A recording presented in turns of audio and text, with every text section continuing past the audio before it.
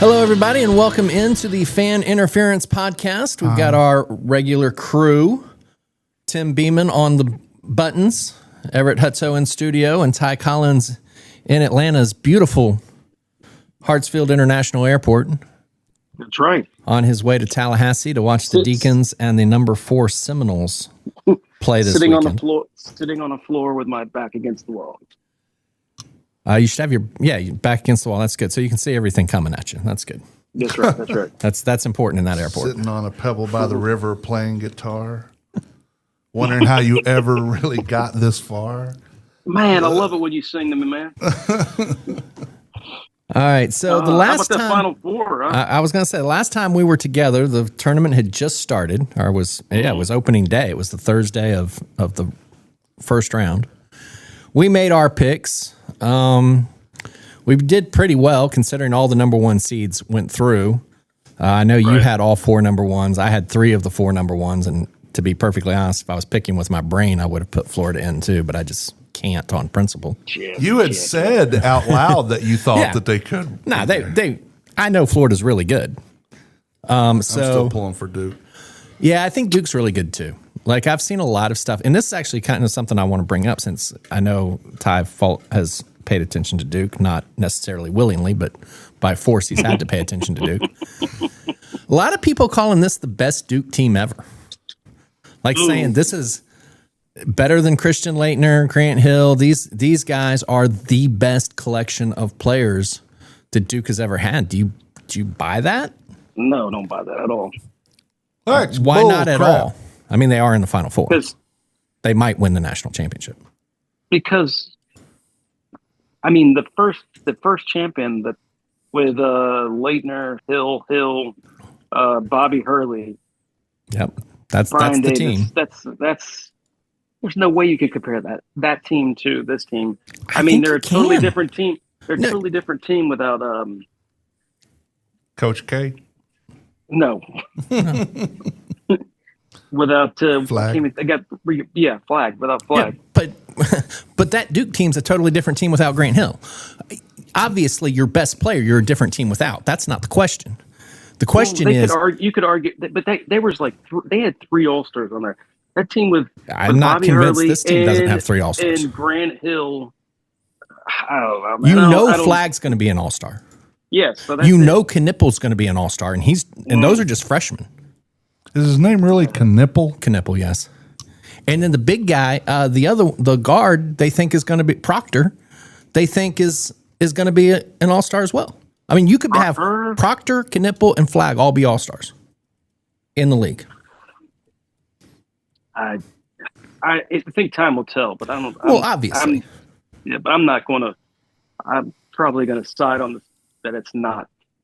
Well, here would be my. I agree with you, to be perfectly honest. To be fair, I think that Grant Hill is probably better than Cooper Flag, but, and there's always a but, Grant Hill was a junior when he played. Flag is a freshman. Laettner, I think, was a senior on that team. Knipple also a freshman. The only upperclassman you have is Proctor. That was a Duke team of 21 and 22-year-olds. This is basically a Duke team led by 2 18 and 19-year-olds. They're pretty good for their age. Now, you're right. Time will certainly tell. Maybe they'll get hurt. Maybe they won't, do well. Maybe they won't win the national championship. I think they have to win the national championship to be in this conversation. But remember that Duke team that won is that 92 or 91, whichever year it was? Yeah. They 91. Lost by 30 the year before. So UNLV. Right. Yeah. They lost by 30. And then they stayed an extra year, and they were together, and they won. This team's not going to get a second chance. This team has to win this year, and then it's gone because those 3 guys are all going away. Yeah, but you also said they did it. Duke did it also in the golden years of the ACC basketball because right now, yes, down years. If you win a national championship, it doesn't matter what your conference was. You still have to beat 6 good teams in the tournament. It still is a brutal schedule for them. That's fine. I'm going to walk. I'm not saying it wasn't for them for Duke this year. Well, I mean, they've had games, but they still have to beat. They have to beat Houston, which is a really good team, and then they have to beat either Auburn or Florida, which is a really good team. So they're going to be tested in these next two games. Yep. Like, I mean, you can say, yeah, they went 18-2 in the ACC. Well, that other team didn't have to win 18 ACC games because they didn't play 20. But the ACC was better, no question. So they were probably a tougher 16 games. And I don't know what their record was back then. I mean, we could look it up, but I'm not going to take the time. And this team went 18-2, and okay, a bad ACC, but they still played a tough non-conference schedule. They still played people in non-conference like Duke always does. And like I said, they're running through the NCAAs, winning every game by 20 points. What about the 98-99 team? You got to remind me of who was on it. I don't follow Duke enough to know which teams. I know they've won a bunch of national championships. They've had really good teams. You might be talking about. That was when they lost to UConn in the championship game. Well, if they lost, they can't. They had Avery, who was the point guard. You can't be the best team if you lost. Sorry, disqualified. Well, this team hasn't won yet. So that's what I'm saying. I said they have to win. Look, okay. They have to win to be in the discussion. Because like I said, if you don't win, you're disqualified on principle. Disqualified on principle. I just thought that was interesting that from the ACC people around calling this the best Duke team. I'm not convinced it is. Like I said, I don't follow Duke that closely. They may have had teams in the 70s that were better. I don't know. But the Carlos Boozer team, that's the team I was thinking of. I can't remember who Boozer. 2001 when they beat Arizona. Yeah. Oh my God, that's too much Duke basketball. I'm telling you, they've been good for a long time. That's why it's kind of an interesting discussion. But let's get to this year's edition. Duke and Houston. What you think? I mean, I'm a pull for Houston, but I just think Duke has flag. Yeah. There's just no answer for it. Well, the thing is, I don't think Houston can score with Duke. Like, I think Houston can play really great defense, and they might hold Duke to 70 points. And you would say they played outstanding defense to hold Duke to 70. Yeah. I don't think Houston can score 70. Like, I think Houston can play as well defensively as they can, and they still can't score enough points to win. Yeah, I mean, because I don't think Duke's scoring less than 70. But I mean, this is the best shooting team that Houston has had. I mean, they did surprise me how they took care of Tennessee. So yeah, but that was a low scoring game. Yeah, but they put the clamps on them. Yeah. Yeah, that's why I'm saying Houston's defense is really good. And they'll hold you under your average. And so what they hope is they're going to score 65 and they're going to hold you to 60. And it's San Antonio, right? Yeah, it's in San Antonio, so it's essentially a home game. Mm-hmm. Yep. I mean, Houston and San Antonio are a pretty good distance away, but they're still in the same state. Closer than Durham.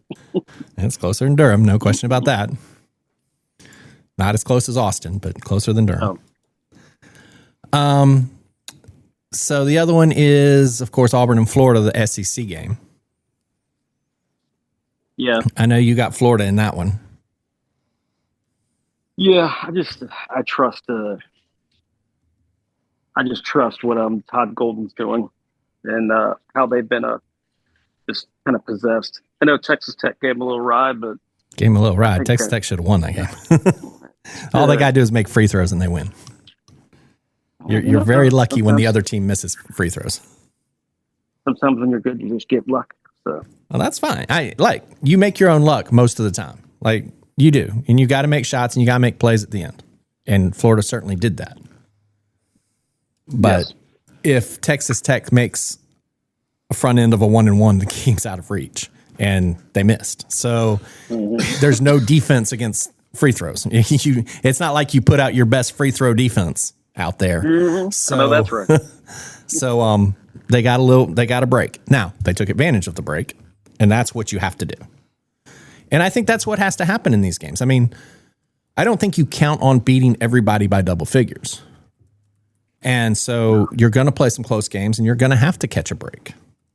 And Florida caught theirs, so that's good on them. I'm curious to see what the Auburn situation is with Broom. What's up with him? Is he injured? Well, he got hurt in the last game. That was rough. Yeah, he got hurt in the last game. Now, he did come back, and he played well at the end. Yeah.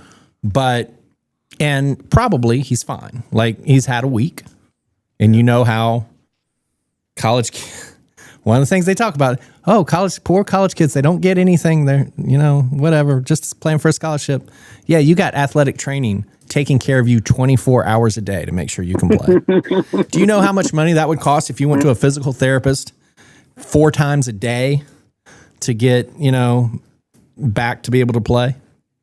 Yeah. Those are the little things that the people who say college kids don't get paid or weren't getting paid before NIL we're always pointing at. Oh, they don't get anything. These poor college kids. Oh my God, don't count the fact they get free meals, free gear, free athletic training, free tutoring, free scholarship. Nah, none of that counted. Nah, that doesn't count. But anyway, I digress. Her emails. Her emails. So, yeah, I think Broom is the key to Auburn. He's got to be good for them to be in the game, and I think he will be. I think he'll be good enough. I just think Florida's too deep. I think Florida's deeper than Auburn is.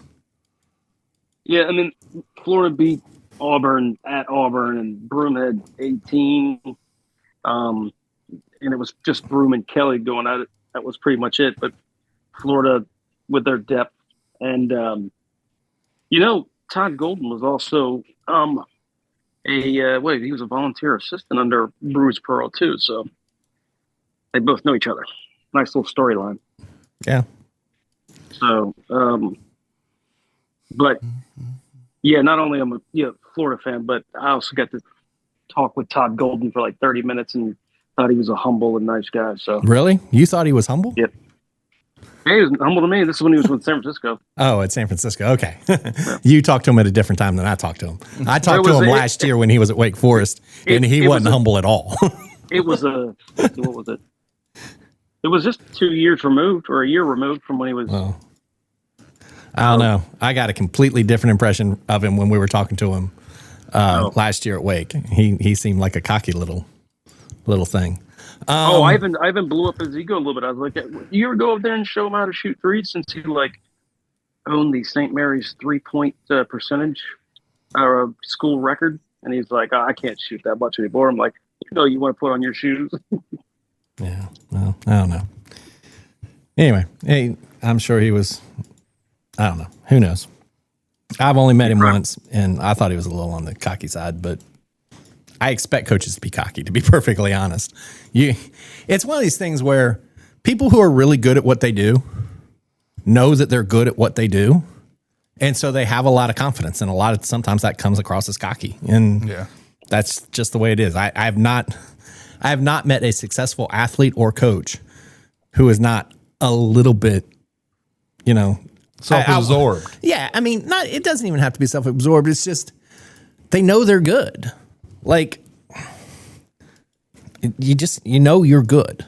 It's a different universe where you're walking around like this is what you have under your belt, and then how people look at you. I mean, that will affect you. Your head will get big. So I do respect the ones that are like that still stay grounded a little bit. They don't stray away. I mean, they'll still have cockiness to them. Or sureness, right? Yeah. And that's what you hope. You hope that they're confident and assured of themselves, but they don't project that outwardly. They try and be humble. Right. They try and be self-deprecating. And I think someone who's really good at that is John Shire. Like, I think John Shire's been – it's another thing that they talked about. People have always you either love Duke or you hate Duke. Like, there's not really in between.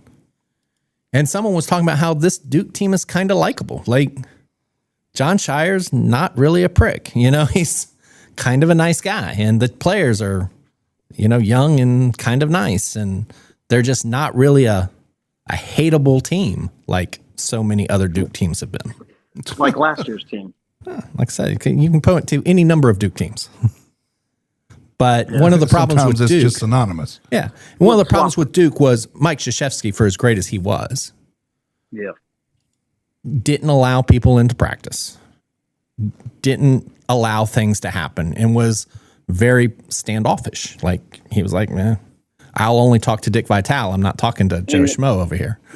Yeah, and he would also, when he would walk down the halls at LJVM, he would say, everybody clear the way. Yeah. For when he was walking. He acted like the Pope. And that was part of it. That was part of the Duke aura and why so many people didn't like them.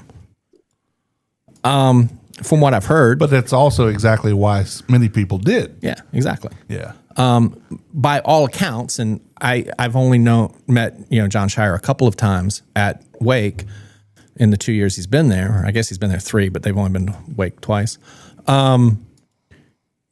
Or we only did the game twice, I guess. I've talked to him, and he really is kind of self-deprecating, kind of like, if we can overcome my coaching, we'll be all right. And he's kind of likable. Not wrong, man. So I don't know. We'll see how it goes. But that's it. So you got Florida, and are you picking Houston or are you picking Duke? Yeah, I picked Duke, but So you got Florida and Duke, with Florida winning. mm-hmm. I've got Duke and Auburn only because I didn't pick Florida to be in it. And so if I were picking now, I would probably pick Florida to beat Auburn. I'm with you. I think Florida's just deeper. I think Auburn has 2 or 3 players that have to score 20 each. Yeah. And I don't know that they're going to do that. And I just think Florida's so much deeper. Yeah, I agree. I mean, and how they played against Auburn at Auburn, I know that was a while back, but still, that really impressed me. And then how they have played, minus the Texas Tech game that, yes, they probably should have lost. And one of those, they probably went back in the locker room and said, we were supposed to lose this. So they gave us a lifeline. And there's something to be said for that. Look, I 100% believe there is something to be said for that. When you win a game you probably shouldn't have, and the coach can go back and say, don't get cocky. This, and this have to get better. And that's the best thing for a coach, to win, but have plenty to educate your team on. So those are sometimes very useful games for coaches. Totally agree. Yeah. Let's jump over to the women's side. They're also in the Final Four. I know we don't pay much attention to the women's Final Four or women's basketball really at all, but they are in the Final Four. So let's give props to UConn, UCLA, South Carolina, and Texas. 3 1 seeds and a 2 seed, although UConn as a 2 seed seems a little bit unfair. But I have them going to the championship, though. Yeah. So UConn and UCLA in the first one. Paige Beckers has been out of her mind. I think she scored 70, something like 76, 78 points in the last 2 games. I mean, when you're close to 40 points per game, you're doing pretty well. I would say so. His stats are pretty impressive. I'm still going to go with South Carolina now. I mean, my first get was Notre Dame. They fizzled out. I'm surprised by that. Yeah, I was surprised they played as poorly as they did. Because, that was the best backcourt I've seen. But I'll take USC and UConn championship, and USC gets the victory. Or not USC, sorry, South Carolina. Well, that's still USC. Yeah, but he still can't. USC always Southern Cal. Yeah, what's the quote? USC is in California and Carolina's in Chapel Hill. That really annoys South Carolina people when you say that. Yeah, I mean, if you want to get under their skin, that's the way to do it. Mm-hmm. I think I like UConn over UCLA. I don't really know much about UCLA, to be perfectly honest. They've been good all year. Their only 2 losses are to the other USC, Southern Cal, and they beat them in their conference championship game. So they're clearly a good team. It's just UConn has the name recognition with, Paige Beckers and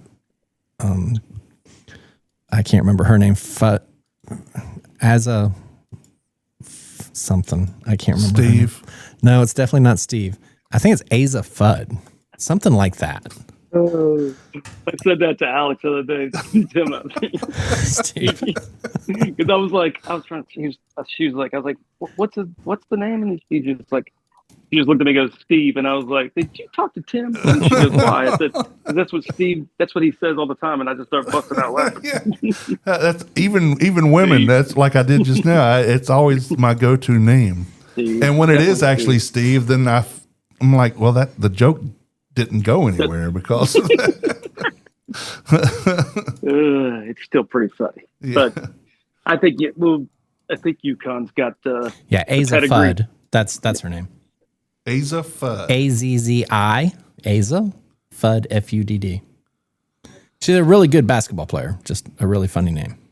All right. nothing bad about it.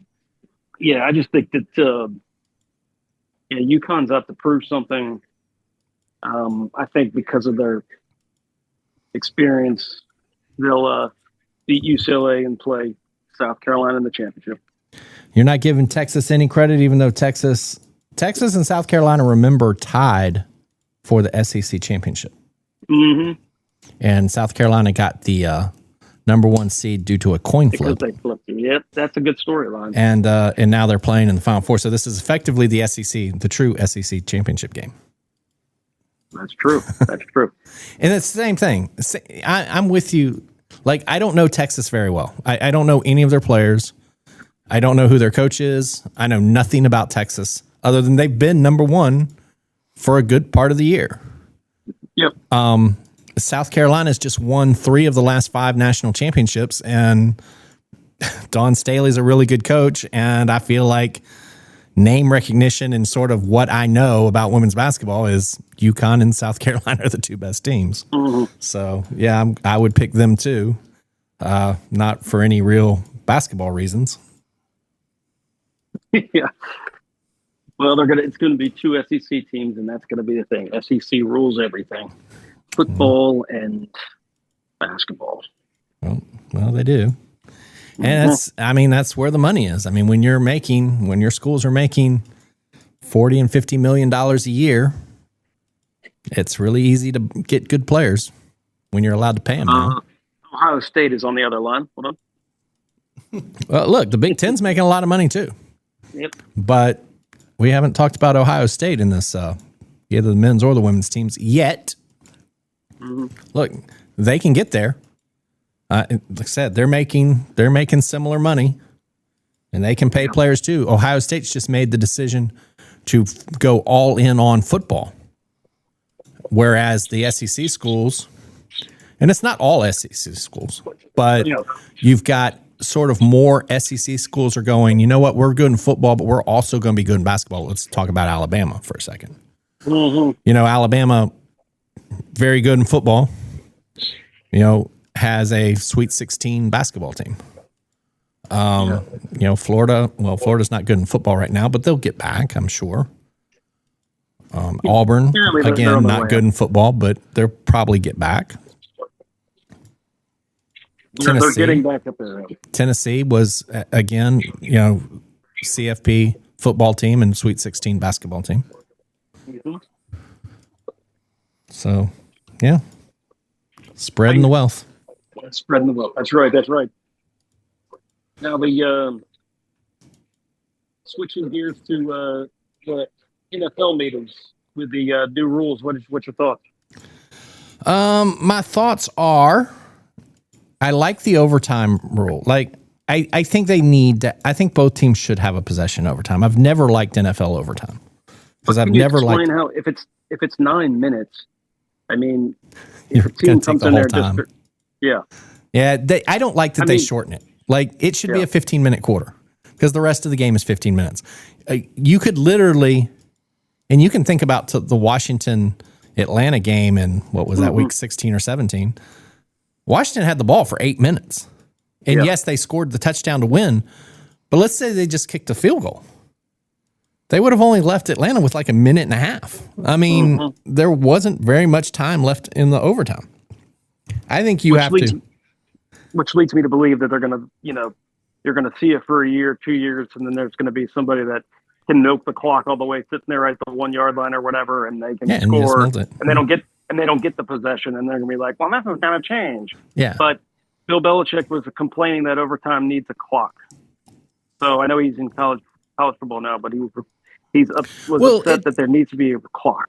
There does need to be a clock if you're playing the game. Mm-hmm. Like if both teams get a possession and we're playing regular football, then you have to have a clock because it has to end at some point. Right. If you're not going to have a clock, then you got to give the team the ball at the 20-yard line and just play innings like they do in college. If you're playing innings, essentially, then you don't need the clock. But if you're not playing innings, you got to have the clock. I think. Yep. I mean, I don't know how else you'd do it without a clock.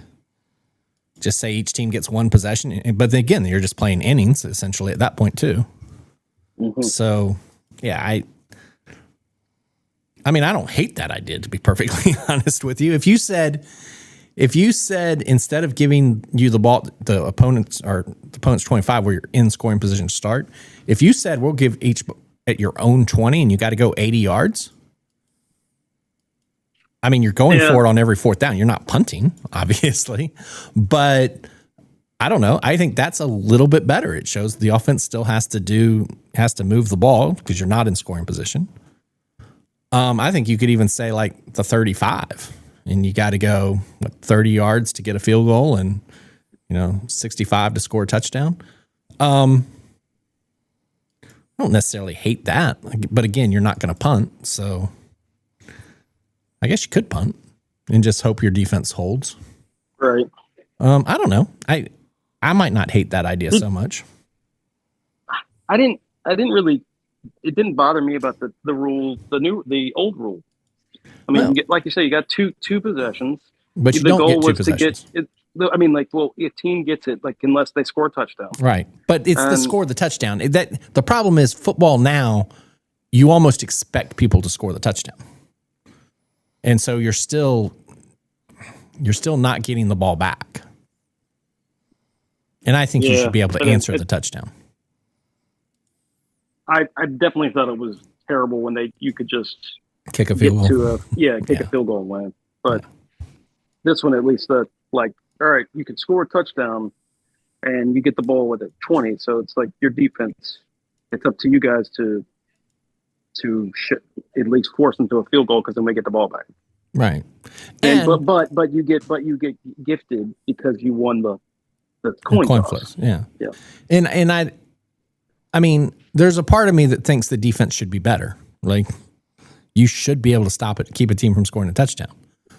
But at the same time, the rules are made for offense. So the offense has a huge advantage to start. Those guys are worn out. Yeah, and the defenses are exhausted by this time. So it's kind of and the cornerbacks can't breathe on the receivers. Well, yeah, I mean, there's, like I said, the rules are made for offense. So I think it's better to give both teams a possession. The kickoffs brought out to the 35. They keep moving it up the field. It used to be the 20, then it was 25, then it was the 30, now it's the 35. It's like they say they want to reduce injury, yet they want to promote the return. Well, they've kind of done that with moving the team up the field, so you don't have these long runs at the guy. But yeah, I mean, if you're tackling him, you still have a chance at an injury. Mm-hmm. You know what they should do? They should just have the receiving team. They should give them the referee should give them the football. They get to the middle of the field and then blow the whistle, go, rather than kicking it off and then having the hang time and hours for people to get hurt. I don't know, but what's interesting is, have you noticed, like, they moved the team up last year? Yep. Did you even realize? I mean, like, as you're watching a football game, do you even really notice? Like, other than the kicker is kicking by himself, which is a little bit weird. That is weird. It's like synchronized swimming. Yeah. But, I mean, it really didn't change the game a whole lot. Like, it didn't change the kickoffs that much, in my opinion. Yeah, that was another thing. Like, why did you address that? Like, there's other things, and you're addressing that. Like, I didn't think I didn't think it was a huge problem. Well, I mean, and nor did I think the overtime was. But well, I thought the overtime was a problem. I've never liked a team not getting the ball. But on the kickoffs, what you've done is you've taken away the run down the field 40 yards and hit somebody with a full head of steam. That's what you've gotten rid of, and that's fine. But I don't think it's effectively changed the game. It's probably made it a little bit safer because you don't have those long runs and hits. So yes, it's accomplished the safety bit, and it hasn't drastically changed the game. It's kind of like the DH in the National League. Like they made a big deal about the National League, not having pitchers bat and going to the DH.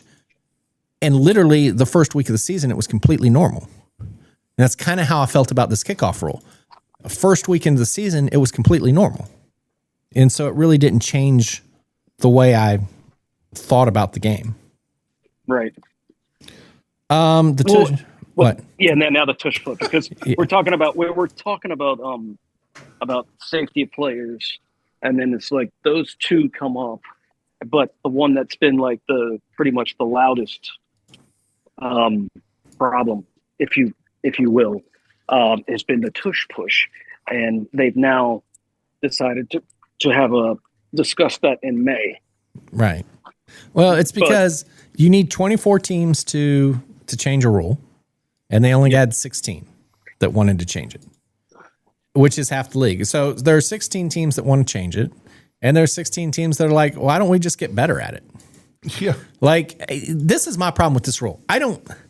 Again, and I think we've talked about this on a different episode, it used to be illegal. You used to not be able to have your team push the offensive player. That was a rule. We had that rule. Already a rule. And then they changed it to say, okay, it's allowed for you to push a teammate forward. Yeah. Okay. Or pull them forward. Yeah. We were fine the way it was. The rule was you couldn't push or pull the ball carrier. Fine. But you changed that rule, and now you're upset because you changed it, and now one team is doing it better than everybody else. Get better. Mm-hmm. But I think it's also that they did research on the fact that it's the way that your angle is for your vertebrae and your head. And that's your neck. Crap. They put a study that said only one person all season got hurt on the play. Well, no, they're thinking like in time. In time maybe, but it's football. In time, everybody's going to get. Okay, fine. It's a rugby scrum. Is that bad? Like, is there any? There's a lot of plays in rugby that look like football plays. The pitch. Yeah. To the guy running around the end, that's a rugby play. But it's in the NFL. We just call it a toss sweep. It's still a rugby play. Well, I mean, you're always going to find somebody that has a way to keep find a loophole. No, it has nothing to do with loopholes. They don't want Philadelphia doing it. Philadelphia is better than everybody else at doing this, and they don't want that to be. Well, I heard it's very similar to say how you would do the shift in baseball. They got rid of that, right? I mean, that was within the rules. They got rid of that. So, this is one of those things that's going to have to come down to the. No, look, you got to have. You've got to have 24 teams agree on it, and if 24 teams agree, you can do whatever you want, make any rules you want. Serious? I just think that it's kind of silly that this is a rule that everyone is allowed to do. And they're upset because one team does it better than everybody else. I think you should just get better at the play. Now, if your honest to God point is you shouldn't be able to push the ball or pull the ball carrier, then why did you change that rule in the first place? You already had that as a rule. Mm-hmm. Yeah, I totally agree. But I would like to see. There's some other rules that they would to look into, but those were the ones that popped out that were discussed, and then moving that the tush push conversation to May. But geez. Thank you. Sorry, our plane just got delayed. So. Uh-oh. Well, then you got more time, I guess. I guess we'll see. We'll see if they move this to another gate, and then I got to get on a trolley and then get on a plane to get on. It's a tram. Get on a tram to get on a plane to get to my gate. Get the tram on the All right. Do you want to stick with the NFL or you want to go to other things? There's a couple of things I want to bring up with NFL. Okay. Does it have to do with Rodgers going to the Steelers? Which would be the highlight of Tim's life. Yeah. You know what? You know what? At this point, just fucking do it if you're going to do it. Look, hey, you know what? Hey, Everett, you will agree with this, and I think Tim will too. And someone brought this up. Since the change of the GM for the Steelers, they have done some really dumb non-Steeler things. And that's why I'm thinking that Aaron Rodgers is going to be a Steeler, and it's like totally different with this. Like, remember what they did to the draft? Like, that's not a Steelers draft. Tim, remember you were there, like we were over there shaking our heads. It's like this is the first draft that the Steelers did absolute trash. Yeah, and it's because of new GM. It might be, but the thing about Rodgers is that the way I'm understanding it is it's the Steelers or nothing. Like nobody else wants him. Exactly. He says he wants Minnesota. And Minnesota's not interested. Yeah, they're like, nah, we're good. I don't blame them. If you're going to do it, just do it. Stop this horsing around. Stop whatever. I want to get on with hating him.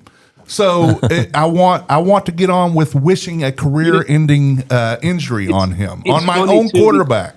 It's funny too because there's another close friend of mine that's a Steeler fan that hates Aaron Rodgers, and the fact that he's possibility of him going to the Steelers makes it even more funnier at this point. I know Tim's one of those, but this is a guy that hates him to extreme where I get random texts about like, I hope that, he breaks his leg, that, it's like all this, and now he's going to be a Steeler. Yeah, I'm hoping for that. Even my own quarterback, if he is, I hope that he gets injured so bad he can never be on the field again. I hate this motherfucker worse than any player I've ever hated in my life. Wow. I do. I have heard that the Steelers do fancy the Alabama quarterback out of the draft. So yes, but Art Rooney II says all signs point to Rodgers being there. Yeah.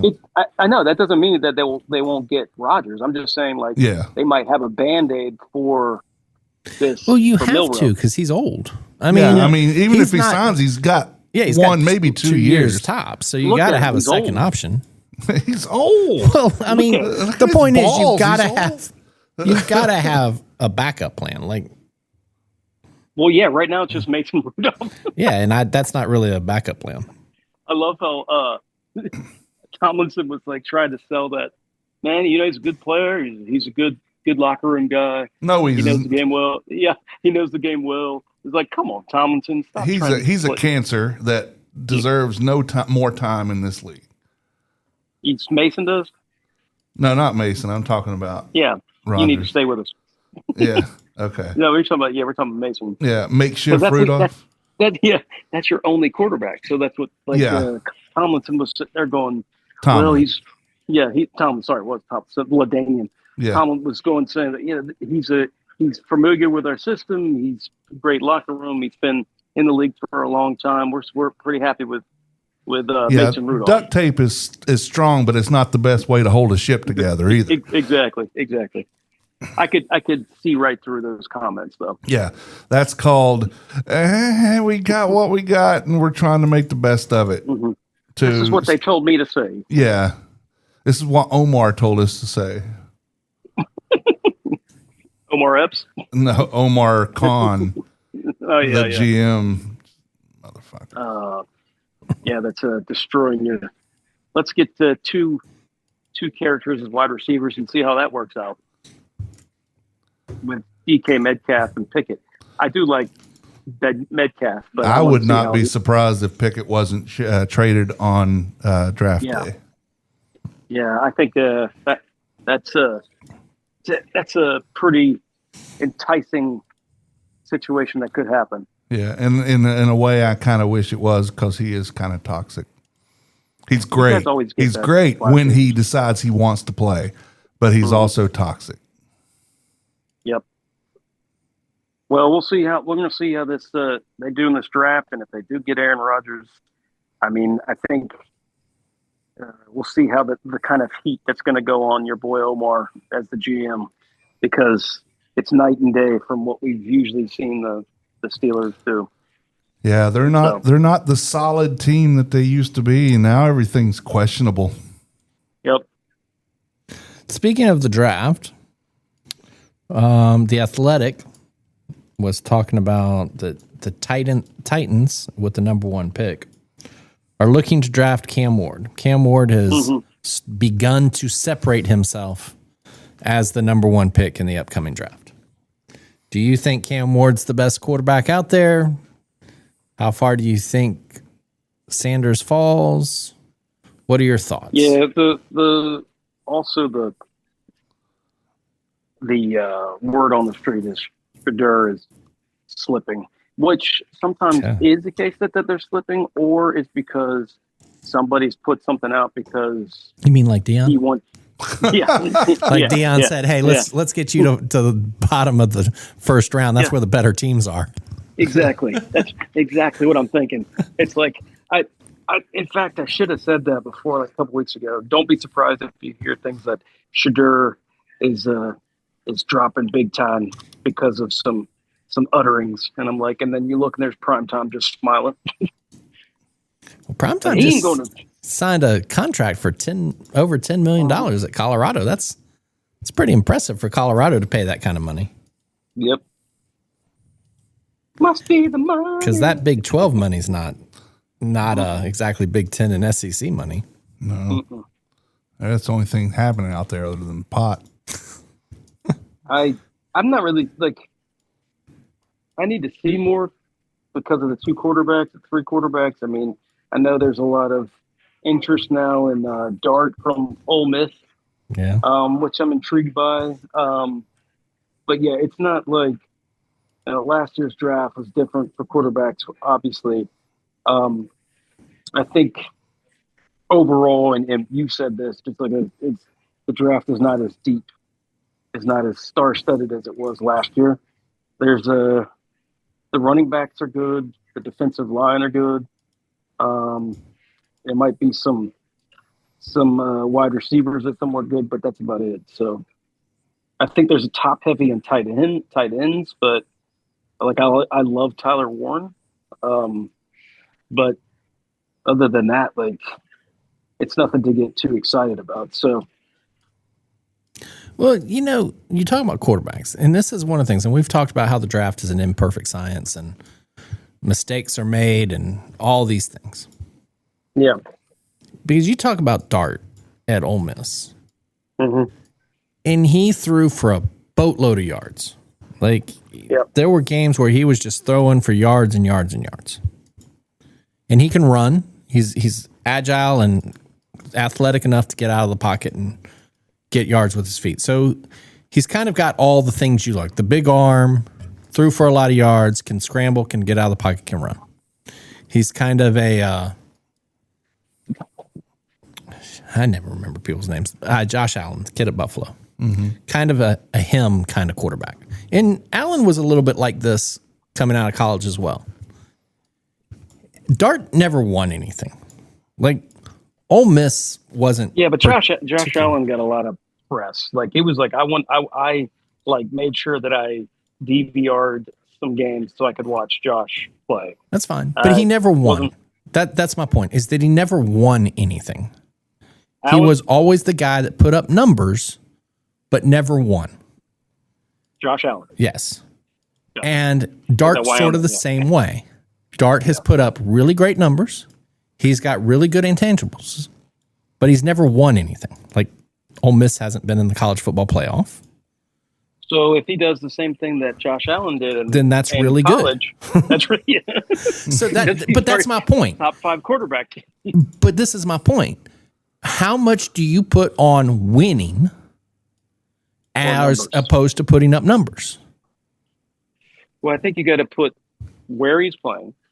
Okay, so Dart in the SEC, Yes, arguably the best. Yeah, we think it's the best. It is the best, even though Ohio State won the championship. You got that, and then you have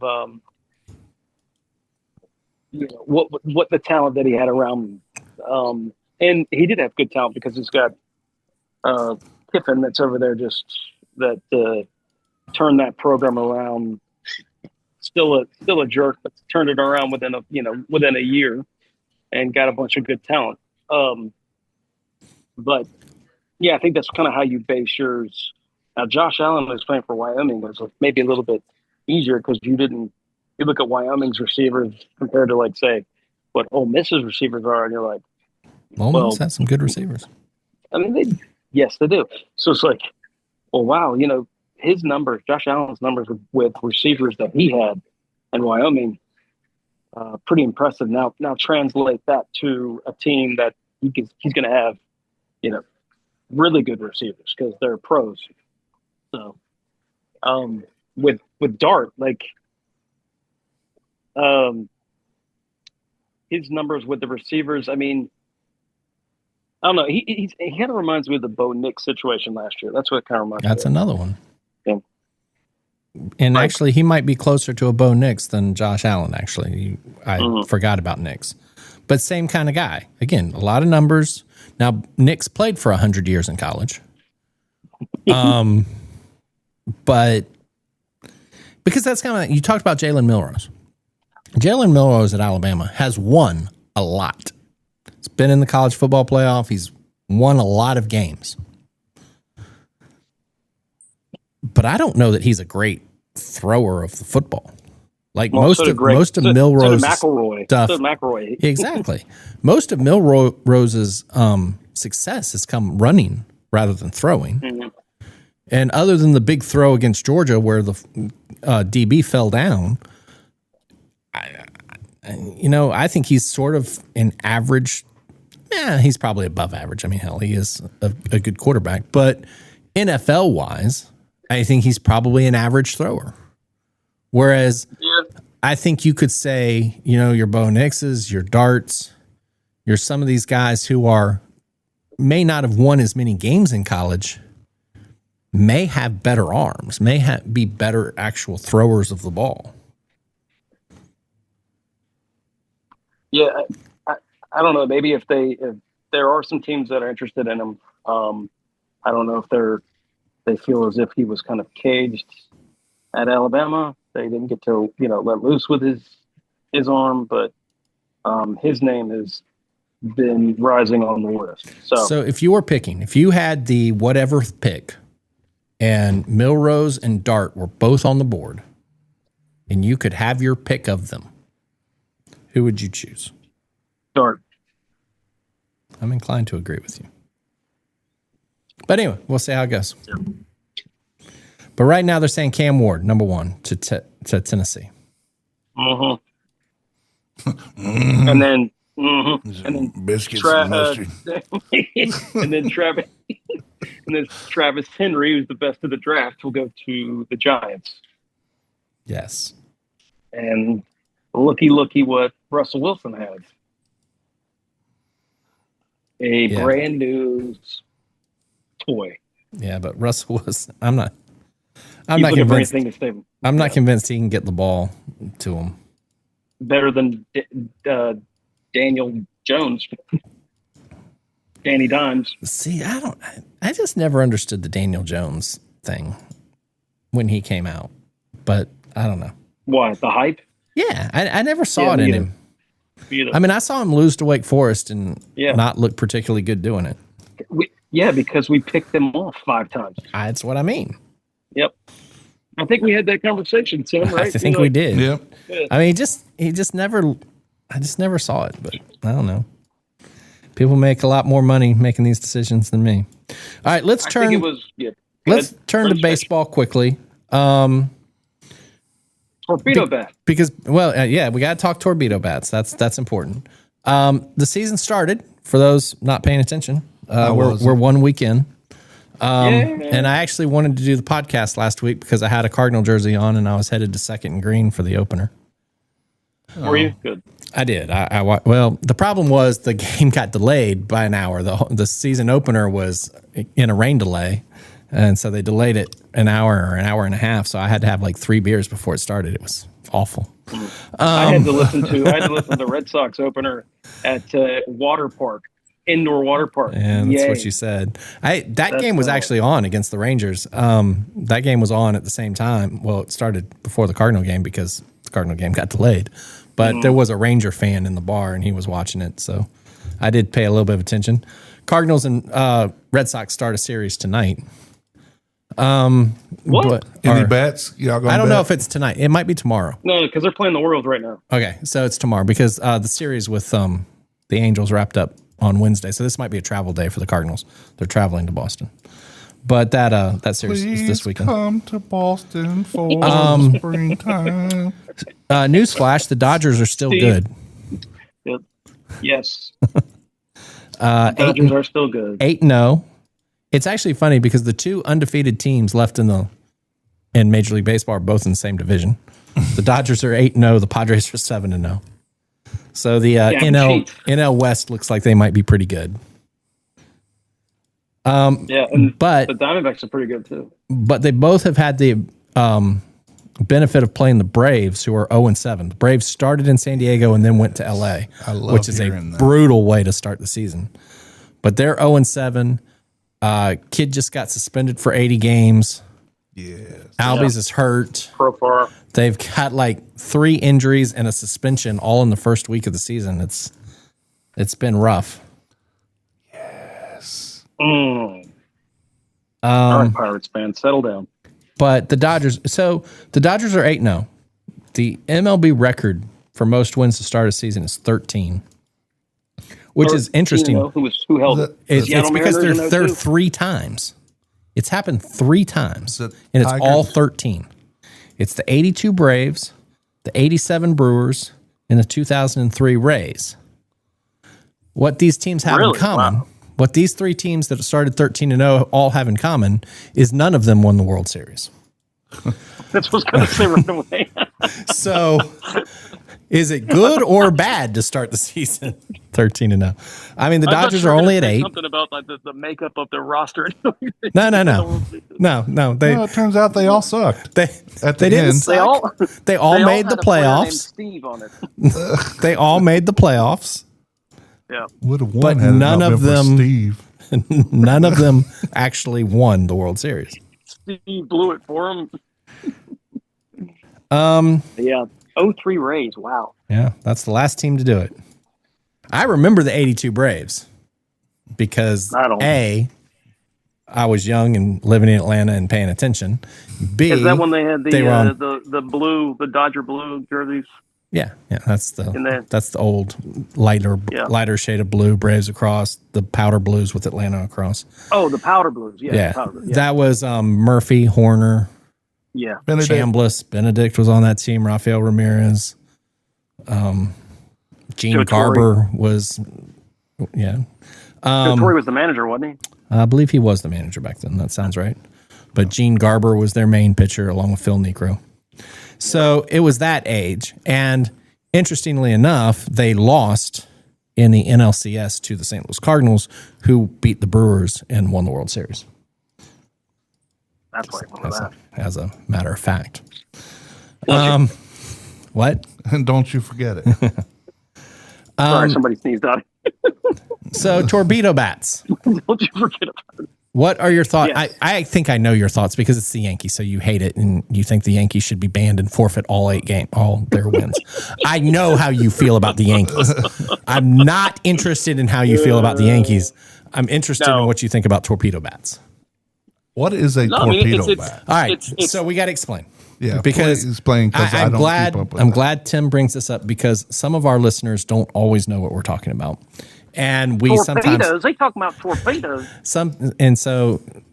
I've been told from some of our listeners that they like it when Tim asks questions, so that we explain. You know what? Let me ask a Yankees fan what he thinks about the torpedo. Man. All right, hold on. You do that. Come back. I'll explain. I think we should get some torpedo metal bats. So 7 says we should get torpedo metal bats for college baseball. There you go. Yes, the ball goes further. Yeah. So torpedo bats, essentially, so what has happened is if you think of the way a bat looks, Yeah. it's Right. small at the bottom where the handle is, and it generally graduates up to a round, bigger barrel. Sure. Okay. What It kind of looks like a fraternity. would you pack. let me tell the story first? So what someone Steve. has decided is that the big barrel at the top of the bat, Okay. most people don't actually hit the ball there. They hit the ball a little bit lower down, closer to the label. Sure. So what these bats are is they're tapered, they go up, they have a fatter label, and then kind of taper back a little bit. So they have like a bulge in the middle of the bat, kind of like a torpedo. Okay.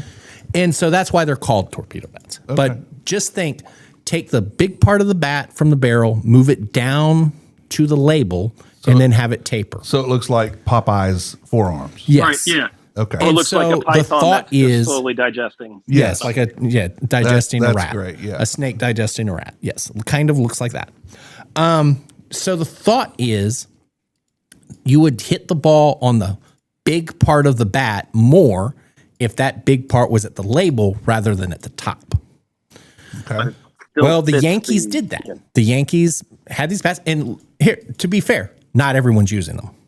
Only some No. people are using these bats. The Twins did it and they got swept. So Exactly. And the other thing is they're legal. They're for everybody. Anybody can use them. But the Yankees just happened to hit 9 home runs in a game. The first 3 batters of the game all hit home runs. And everyone was like, "Oh, they're using these bats. Maybe there's something to it. Maybe they're hitting more home runs because of these bats." Now, the biggest home run hitter on the Yankees, Aaron Judge, does not use the bat. But some other guys do.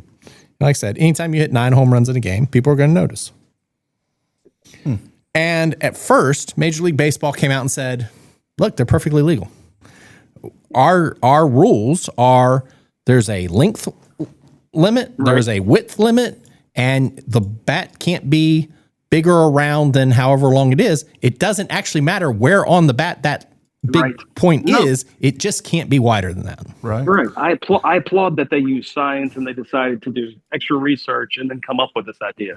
So I applaud that because I mean, as long as you're like doing it and you were given these rules and you're able to put this together, I think that's everybody's looking for an edge. So And anybody can do it. Anybody can do it. Okay. yeah, So any team can use them, whatever you want. Now, and that was like the first weekend Major League Baseball said, hey, they're perfectly legal. Now, yesterday or the day before, they came out and they talked about maybe possibly banning these because, and I wish, health issue. no, it's not a health issue. And I wish Bijan was here to give his infamous, this is a double standard thing. Our hypocrisy thing. Yeah, let me hear it. The integrity of the game, because scoring will be too high using these bats, and the gamblers, the gambling people, won't be able to set correct, odds because scoring would be up higher than normal. This is turning into politics. Yeah. So basically, because the integrity gamblers of the might game. lose money on this, we're thinking about banning it. This is the problem with being in bed with the gamblers. Yeah. But anyway, I know Bijan loves that argument. He's right. No, I mean, I don't disagree in this case. It's clearly, it's within the rules. Everyone has the same access. And look, it's one of those things where I think this is one of those sample size issues where, yes, a few more home runs have been hit with these bats. Mm-hmm. All you need is a month of play and the pitcher to be like, oh, he's got one of these torpedo bats. Maybe I won't throw this pitch in the middle of maybe I'll try and get him to hit it off the end of the bat and get it to break. Because now the bat is smaller at the top, so it may not have the same stability. Like the part of the bat you're trying to miss now might be the part of the bat you want to hit. Yeah. And I think pitchers just have to adjust. And I think you have to give time for You're the gonna see lots of natural pitches outside. Yeah, for the pitchers to naturally adjust. He sees a guy come up with one of these bats and he goes, okay, I got to pitch him a little bit differently than I would if he had another bat. That's all part of the game. Like, that's just working it out. So no more jamming your hitters anymore. For the bat is. Well, you can still jam them. I mean, if you can get it that far in, you just have to get it further in than normal. No, right. You just where you would jam him on the label, because remember the label was always considered the weakest part of the bat. Yeah. Now that's the strongest part of the bat. So we have to miss the label, but you can still get it in on his hands. If you get it right at the top of the hands, the bat will still break, and he's not going to hit it very far. It's just that amount has shrank. You used to have, I don't know, what's regular bats, 32 inches. So you had probably 14 inches at the bottom to hit. Now that sweet spot's been moved down, maybe you only have 7 inches that you're trying to get. But, I mean, these are major league pitchers. They can hit spots. So I don't know. I just think it's sort of an overreaction to the first week of the season. Let the season play out a bit. Yeah. Let pitchers adjust. Let people make adjustments. For Major League Baseball, I'm glad because it does get the game kind of talked about. Because usually it's like opening day, and then it's just like, oh, opening day. And then it's kind of just, it goes quiet. You know, you don't hear much.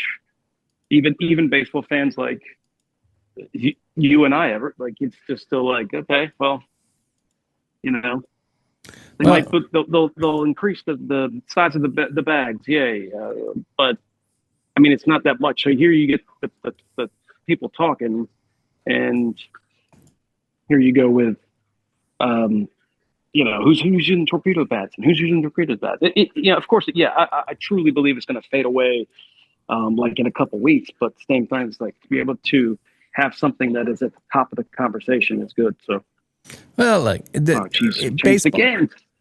baseball's essential problem is that it's too long of a season. 6 months is a long season. So yes, you get excited over opening day, you pay attention for like a month, and then you're like, okay, I got 4 more months before the playoffs start. So there's not a whole lot to do, and I'll just kind of passively pay attention for 4 months until we get to the end, pay attention for that last month, and then the playoffs start.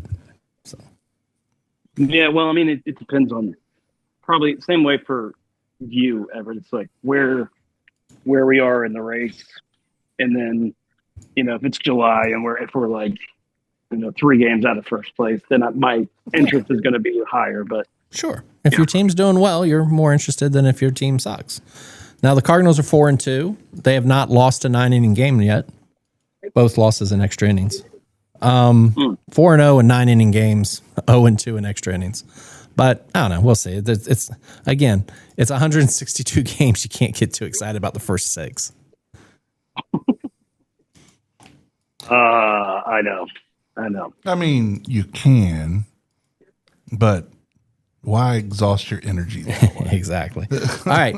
We're running out of show, but I do want to hit Alex Ovechkin really quick. 892 career goals. Now 3 away from Wayne Gretzky. He has scored in each of the last 2 games. He's now 3 away from the record. Obviously, he's going to reach the record. We've been talking about him going to reach the record for a while.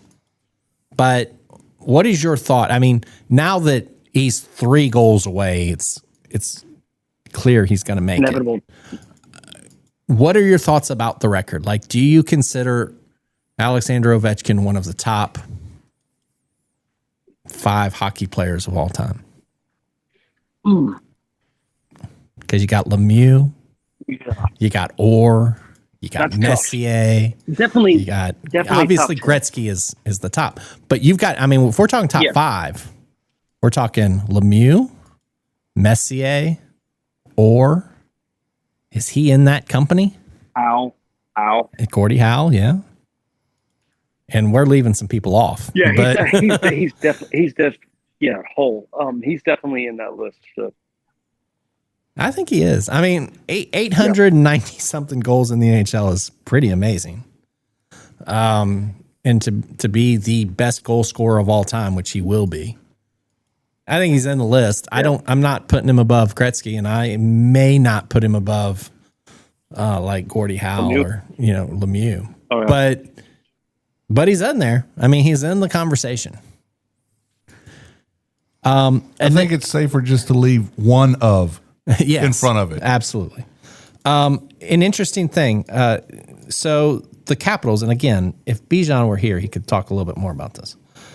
But Ryan Leonard, who no one has ever heard of because he made his NHL debut this week, was born on January 21st, 2005. And he made his 20 years old, made his NHL debut. Alexander Ovechkin began playing in the NHL, made his debut in October of 2005. So Ryan Leonard, who just made his NHL debut, has never known the NHL without Alexander Ovechkin being in it and their teammates. That's hilarious. Wow. That's just hilarious. Amazing to me. Dude's been in the NHL almost as long as this kid's been alive and their teammates. That's well, I'm sure there's some Steelers that will be younger than Aaron Rodgers' career. Yeah, maybe. Just like some cats that are on the Lakers. That, grew up like LeBron. Well, I mean, LeBron does have his son, but is Bronny still even on the Lakers, or is he in the G League? He's in the G League. Okay, I don't pay enough attention to care, but yeah, I mean, he's got. But that's father son kind of thing that happens. But just it's surprising to me. Ovechkin could very easily be this kid's father. Yeah, that's true. That's true. NHL and NBA have about 2 weeks, I guess, left in their regular seasons. We'll get to more of that playoff stuff later. The Blues are on a 10-game heater, and look like they're going to make the playoffs for the first time in 3 years. So that's a positive. How are I heard somebody say something about punching their ticket all the way through. Are they high? The Hurricanes, they are third in the East. They are definitely a playoff team. They are second in their division because they're behind the Capitals, who are in their division. Okay. Capitals number 1, Toronto number 2, Carolina number 3. They ran all over the Capitals last night. Yeah, they did. It was 4-1. Ovechkin scored, or 5-1. Sorry, Ovechkin scored the one for the Capitals. That's the only goal anybody remembers. Yeah. But yeah, they did beat the Capitals last night. And they're good. They've been good. The Hurricanes have been good for a while. Yep. They were the potential winners last year, as everybody was predicting, but it didn't happen. Yeah, they have had problems in the playoffs. They have not quite gotten through. What's the team called when they have the best record? President's Trophy winner. Yeah, that was them last year. Yep. And it got them. Oh, and they did get to the finals, but it's never a good thing to be the President's Trophy winner because the President's Trophy winner hasn't won in over 12 years. Exactly. I think it was the 2011 Blackhawks, wasn't it? It's been a while, so 14 years since the Blackhawks did it. And right now it's the Capitals that would win the President's Cup or President's Trophy if it works out. So we'll have to see. Maybe Bijan will join us again and we'll talk about the Capitals. Well, he said this should be the last one he misses. We'll see. Yeah, because the Wizards, they're not making the playoffs. Right. How many wins do they have all season? 15. Yeah. I think 15, something like that. Poor Bijan. It's not good. They are trying to get the number 1 pick in the draft because they are terrible. They're trying. Yeah. Bless their heart. Bless their heart. Yeah. Of course, the Hawks look like a playoff team. They're going to be 8th.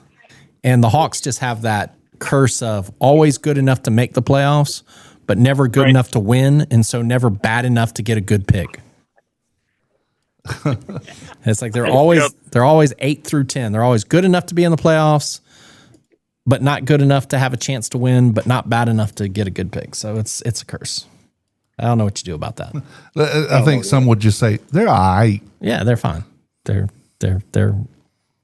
a reasonable team, They're in Atlanta. but they're not going to win. Yeah. All right. Looks like we are done with this episode. Ty has bailed on us, it appears. He's got to find a flight to Tallahassee. I think his gate got moved again. I heard That's him what say. it sounded like. Yeah. All right. Well, we'll say goodbye and hope you guys have a wonderful week. For Ty Collins, Tim Beeman, I'm Everett Hutso. And next week we will see what else we have to offer you. Right.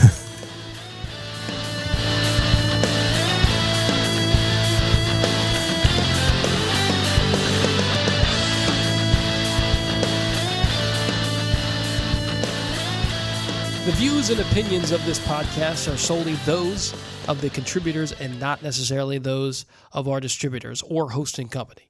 This podcast is copyrighted, and no material from this podcast can be used or reproduced without the expressed written permission of the Less Desirables Network and Such Limited Incorporated.